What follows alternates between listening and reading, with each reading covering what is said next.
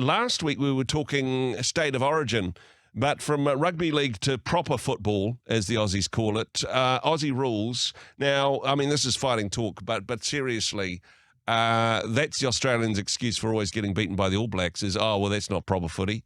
Aussie rules is what proper footy is. And honestly, there's been a bit of a scrap, and I'm not just talking on-field or even off-field argy-bargy on this one. This is getting pretty corporate. Craig Heilmann joins us on the program. Craig, kia ora. Kia ora, Andrew. Great to see you, mate. And yeah, you're right. I forgot we talked about a bit of biffo on the rugby field, the rugby league field last week. Exactly. Right. You're a sports commentator, Aussie sports commentator. The unions are going to war with each other. There's a funny story, actually. The CFMEU people down in Victoria, one of the guys has told the PM to butt out because the Prime Minister said, hey, you're about to engage in action that's inappropriate. Basically, what's happened is a guy who used to run another union that he doesn't like, that he hates, is the head of the football umpires. Oh. He's the manager of the football umpires in Victoria, and he wants him sacked. So he's told the union boss has told the Aussie rules people, we're going to hold up all the work we do for you. We're going to hold up all your stadiums. We're going to make life difficult for football if you don't sack the manager of the umpires. My goodness. And the Prime Minister and various other Labor Party doyens have weighed in and said, hey, you shouldn't do that. You could get yourself in legal trouble. And he's told them to butt out. It sounds like they need an umpire. Honestly, it does sound like they need a referee to blow the whistle and give them a little bit of time out in the naughty corner on this one. Perhaps no surprises. I've got to ask you, Craig, Aussie rules, I mean, are there any rules? I don't really understand it. It's you got to rip your sleeves off, and it's a little bit like volleyball, and it doesn't matter which one of the goals you get it over. I mean, it's confusing to a Kiwi. And mate, I tell you that the shorts used to be a lot tighter than they are now, so they used to restrict a bit of blood flow. But I think things have calmed down a bit. No, it's a sport that I just heard, by the way, the sport was invented in New Zealand. It's not an Aussie sport. My goodness.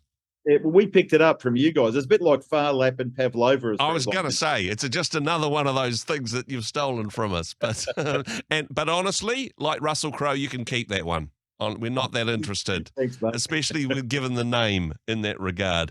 Hey, another story making news. Apparently, according to the ANZ, you can borrow as much money as you like as long as you've got so much money it's ridiculous. Only rich people can borrow money from the ANZ. What's the story there? Isn't this beautiful in a cost of living crisis where 80% of Australian families are really hurting in their mortgages and that? The ANZ has come out and said, of 145 postcodes in Australia where rich people live, you guys can borrow up to 95% of the money you need for a house, and you don't need mortgage insurance. And states like mine, Tasmania, where I grew up, it's excluded. Not one postcode makes the grade in Tasmania. Northern Territory, none. Various other parts of Australia. But there's 145 postcodes where wealthy people live where they can get 95% of the money they need for a mortgage. They're literally a 5% deposit, no mortgage insurance. And, of course, this is upsetting the punters. I mean, of course it is, although it does make mathematical sense in some ways. If you lend money to the rich people, they're more likely to pay it back. I mean, is that just business? I mean, it's not overly ethical, but they're Aussie banks after all. That's true. I mean, the theory is I'll get my money back if I lend it to a rich person. But, I imagine rich people go broke just as much as poor people, don't you reckon? Yeah, I think they go big or go home when it comes to writing off your business expenses, going bankrupt and starting up again somewhere else. But, hey, there we go. But, in this land of DEI, diversity, equity and inclusion, this seems like a recidivist sort of move, really, for a backward step, shall we say. DEI. There's a hill to die on, right? And hey, speaking of which, Qantas doing a little bit of backpedaling. Some questions being asked about should we have gone all in on the voice referendum? A bit of a change of heart there, perhaps. I think so. I think there's a change of heart, and it's interesting because Andrew, Qantas were at the forefront of this. Mr. Joyce, who was the CEO at the time, was leading the charge for the voice referendum.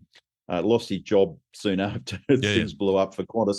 But the new chairman of the board has come in, sweeping house, I guess, and has said, hey, I think this whole project that Australian business has been on to make the community woke on all these issues, it's a mistake, and maybe we should just stick to business. And I applaud him. I think it's probably time someone woke up and said that, and I shouldn't use that word woke in that way, but someone woke up in this case and said, maybe we should just stick to making a profit and keeping planes in the air And that would be, and making sure we serve the meal on time. That would Yeah. probably be a good thing. That'd be a really good thing. Just like Aussie Bank's actual job is to lend money to rich people and put their interest rates up for the rest of us. Qantas, their actual job is to serve mediocre food at high altitude, and maybe they should stick to that rather than the social engineering. If they work on their plane engineering, I was trying to do a fancy word there, but missed. If they work on the engineering of their aircraft rather than their social engineering, maybe the world will be a better place. What do you reckon? Yeah, well, exactly. And if they want to do DEI and multicultural issues and whatever other woke issues they want to get into, maybe all they need to do is serve some different food, go to the four corners of the globe, serve Moroccan. I mean, maybe that's it. Sounds like a good plan. Hey, Craig, thanks very much, and very much appreciate what you bring to the show. Thanks for joining us. God bless, mate. Take care. Hey, thanks very much for joining us in the Rhema studio. Thanks very much for watching the interview.